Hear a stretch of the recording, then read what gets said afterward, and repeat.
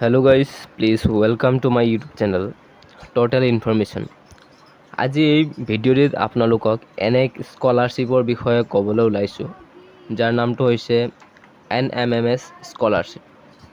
এই স্কলাৰশ্বিপৰ বাবে যোগ্যতা কি লাগে এই ভিডিঅ'টিত সম্পূৰ্ণ জানাম, গতিকে স্কিপ নকৰাকৈ ভিডিঅ'টি সম্পূৰ্ণ চাই থাকিব।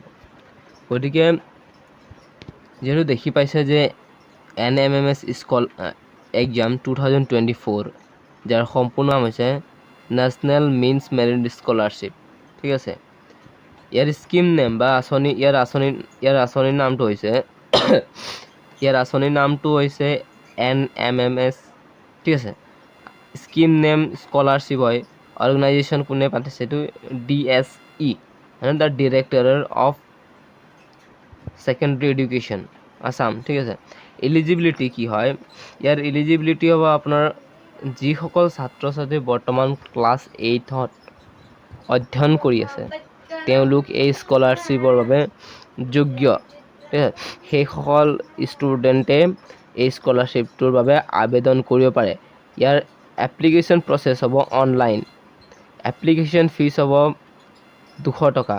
ষ্টাৰ্ট ডেট 1 আগষ্টৰ পৰা ষ্টাৰ্ট হৈছে আৰু ইয়াৰ লাষ্ট ডেট হৈছে 30 অক্টোবৰ। তলত যিখিনি আছে সেইখিনি মই ভালদৰে বুজাই দিম, গতিকে ভিডিঅ'টো স্কিপ নকৰাকৈ চাব।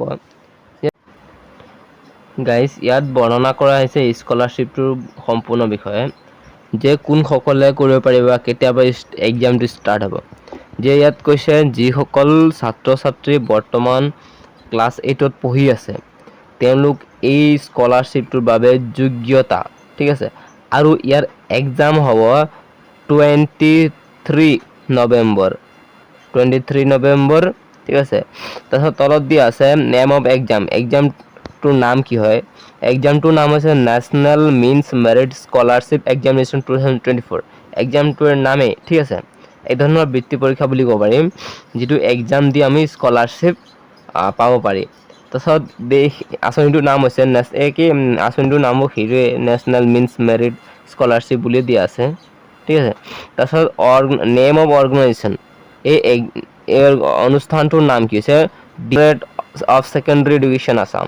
ঠিক আছে, ইয়াৰ টোটেল চিটছ আছে অসমৰ বাবে, টোটেল চিটছ ইন আসাম অসমৰ কাৰণে টোটেল চিটছ আছে 2411টা।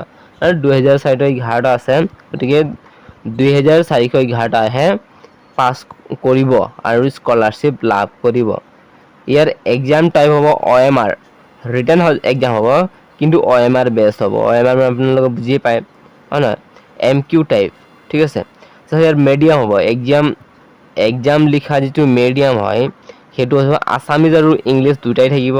ঠিক আছে, আছামিজ ইংলিছ দুটাই থাকিব।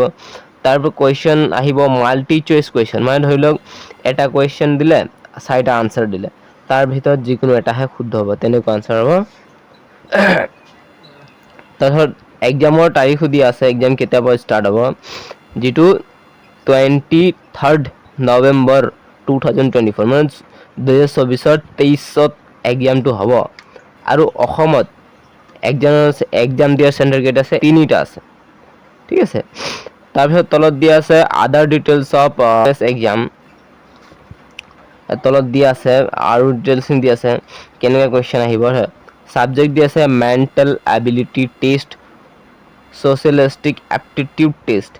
ইয়াৰ টোটেল মেণ্টেল এবিলিটি টেষ্টৰ 90 নম্বৰ হ'ব, তাৰপিছত ছ'চিয়েলিষ্টিক এপ্টিটিউড টেষ্ট হ'ব 90 নম্বৰৰ। ইয়াত সময় দিয়া থাকিব 10টাৰ পৰা 11:30, 1.5 ঘণ্টা। ইয়াত দিয়া থাকিব 1টাৰ পৰা 2:30, মানে ইয়াতো 1.5 ঘণ্টা। 1.5 ঘণ্টা দুটা ছাবজেক্ট পাব এক্সাম দিবলৈ। তাৰপিছত কৈছে eligibility criteria of the NMMS exam. এই এক্সামৰ বাবে এলিজিবিলিটি কি হয়, যোগ্যতা কেনেকৈ ধৰণৰ যোগ্যতা। প্ৰথম দিয়া আছে যে students who are studying in class 8 eligible for the NMMS exam. যিসকল ছাত্ৰ ছাত্ৰী বৰ্তমান ক্লাছ 8ত পঢ়ি আছে সেইসকলে এই এক্সামটো দিব পাৰিব। ঠিক আছে, দ্বিতীয়তে দিয়া আছে only students of government and provincialized schools under Department of Education of school education government of Assam, যিসকল বিদ্যালয় department of school education government of আছামৰ আণ্ডাৰত আছে, ঠিক আছে, মানে ইয়াৰ অন্তৰ্ভুক্ত যিসকল স্কুল চলি আছে সেইসকল স্কুলৰ বিদ্যাৰ্থী বা ছাত্ৰ ছাত্ৰীসকলেহে এই স্কলাৰশ্বিপৰ বাবে যোগ্যতা। নহ'লে যিসকল প্ৰাইভেট স্কুল, ঠিক আছে, যিসকল ব্যক্তিগত অনুষ্ঠান JNVs আৰু KVS এক্সাম দিব পাৰিব, বাট তেওঁলোক কি হ'ব নোৱাৰিব, তেওঁলোক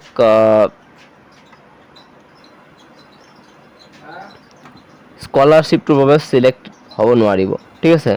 তাৰপিছত তলত আছে স্কলাৰশ্বিপ ডিটেইলছ অফ NMS, কৈছে যে ইয়াত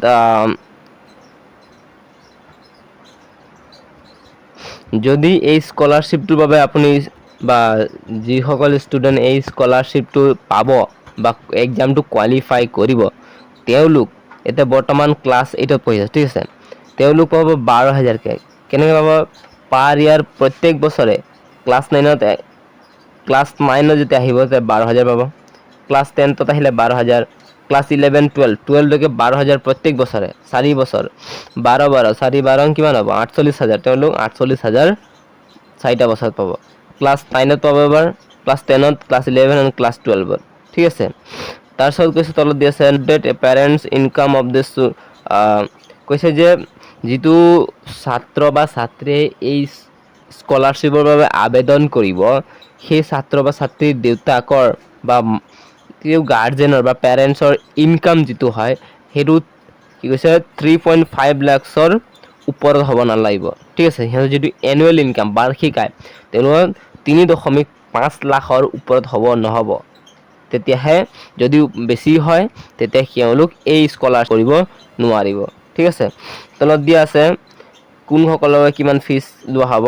examination fees of NMMS exam, candidate have to pay examination fees to complete their online application process, কৈছে যে তেওঁলোকৰ যিটো অনলাইন আবেদন প্ৰক্ৰিয়া সম্পূৰ্ণ কৰিবলৈ কেণ্ডিডেটসকলে এটা পে' কৰিব লাগিব, এটা নমিনেল এমাউণ্টত দিব লাগিব বুলি কৈছে, তেতিয়াহে তেওঁলোক এই স্কলাৰশ্বিপৰ বাবে আবেদন কৰিব পাৰিব।